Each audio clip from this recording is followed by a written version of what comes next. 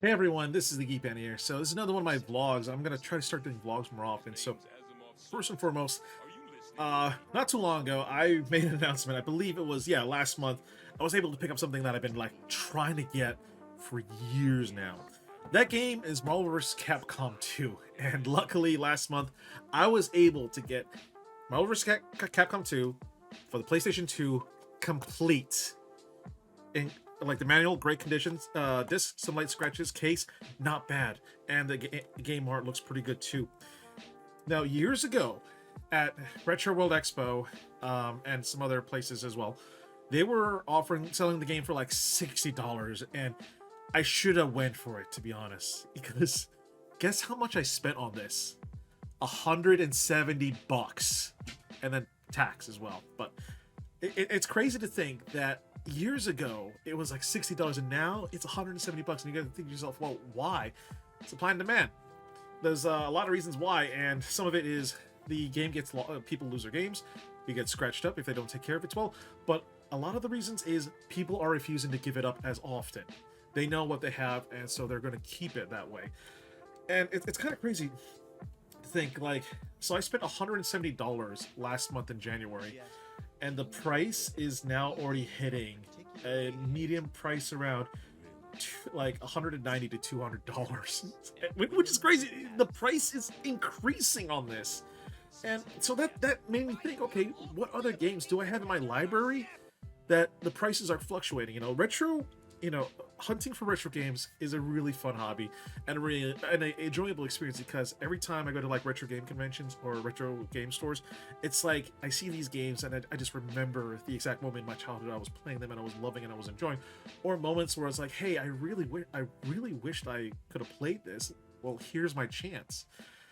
And again, the sad thing is, like, they don't make these games anymore, especially stuff like the consoles, which, if they don't take care of the consoles will break. I remember I bought a used Dreamcast from one of the vendors at a convention, and that Dreamcast, I was excited. I brought it. We went straight back to the hotel room, me and Anubis, turned it on, and all the controller ports did not work.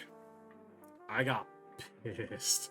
I got angry. So I went to Price Charting, really great website, and I figured, okay, I got some games here, and they're like a mismatch of like PS2, Xbox Original, Nintendo Switch.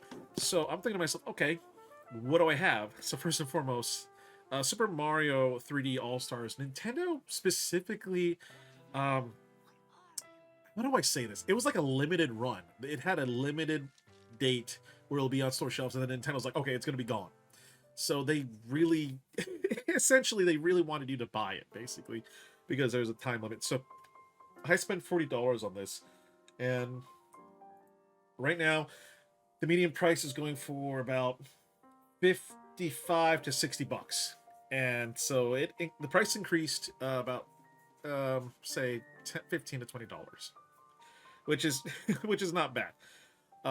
All things considered, of course. Basically, if you think $15 to $20 is a lot, oh, just wait. So another game here, Minecraft Story Mode. Now, the thing about this game is when Telltale went down, this game basically got taken off the stores everywhere. So if you already have it, you're good to go. If you didn't have a chance to buy it, your only way to get it is to basically go out and try to find physical copies. The physical copy of the game had everything, had all the episodes, including the bonus stuff.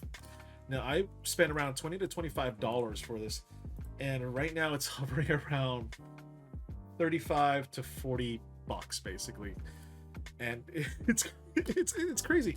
Like, loose is 20, okay, but complete, it's again, the price increased about $15 to $20. So I'm thinking to myself, okay, what about Lollipop Chainsaw? Now, this is complete in box. I do have like the GameStop stickers. I spent like 16 and change on this back in the day.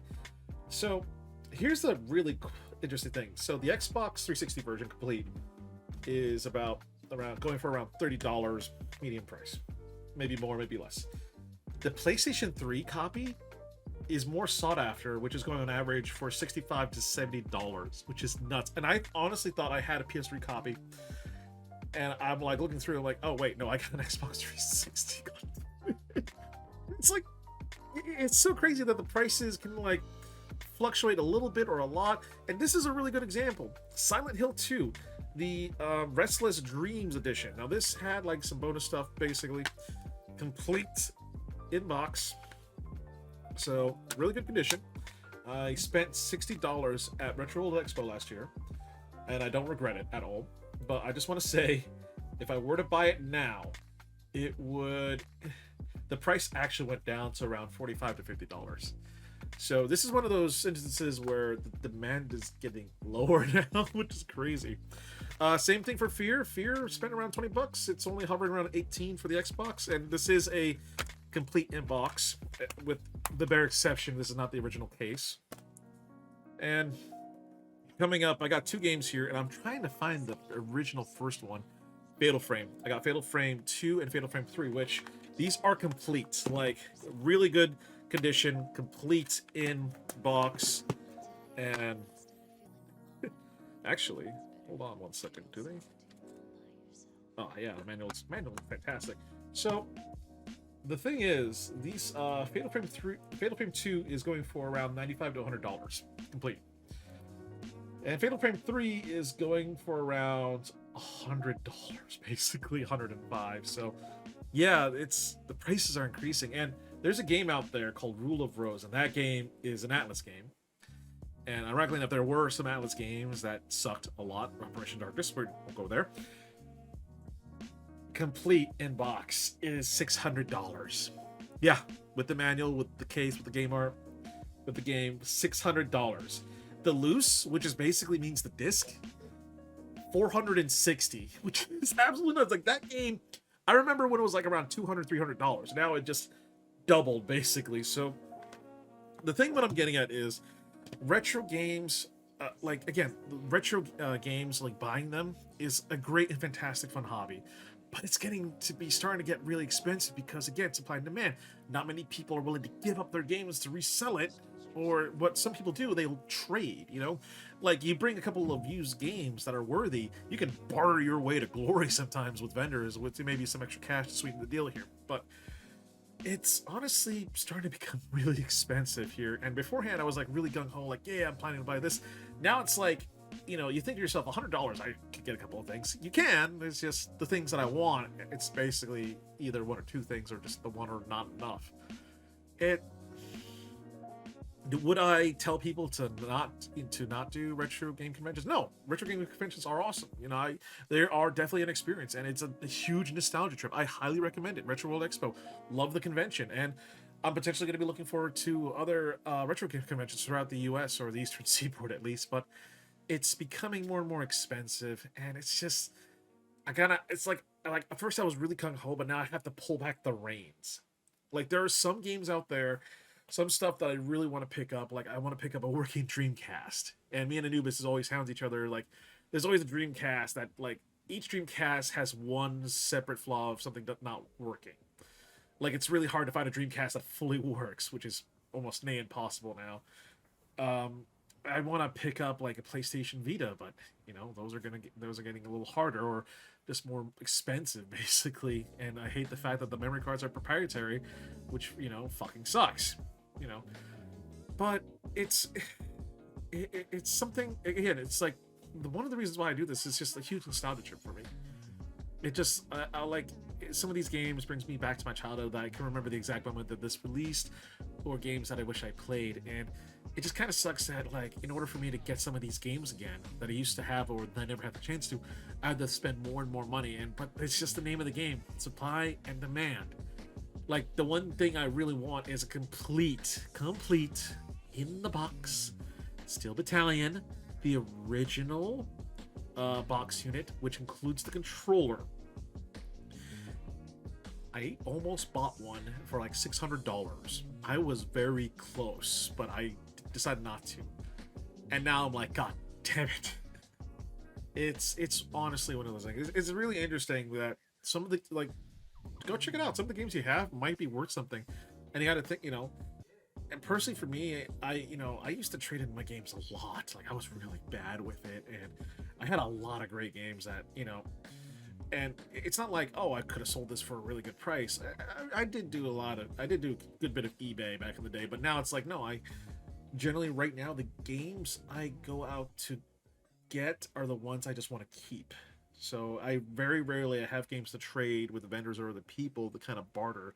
It's just no, I want to keep this. It's like, and it kind of sucks. It's like my wallet's kind of like, you know, like, and remember, cash is king in the retro gaming convention. So, but overall, I just it's just crazy. Like I'm happy. I really am happy that I managed to get this Marvel vs. Capcom 2. But I wish I would have bought it years ago for $60, and it was complete back then too. Than paying $170 now. But I have it now. The price is increasing, so I'm like, whew, I don't have to worry about it ever again. But it does also bring up the issue of like physical versus digital. At least with physical, you can always have a chance to play the game again, provided you have a working system, of course. But it's just crazy how things are, and I just love going on these tangents of like I'm just talking about these things, but again, I'm not trying to dissuade you guys from going to retro gaming conventions. No, go to them, check them out. The price of them usually are pretty good, and if you just want to walk around and go on a nostalgia, you're good to go basically. But just to be warned, it's only going to get worse from here on out.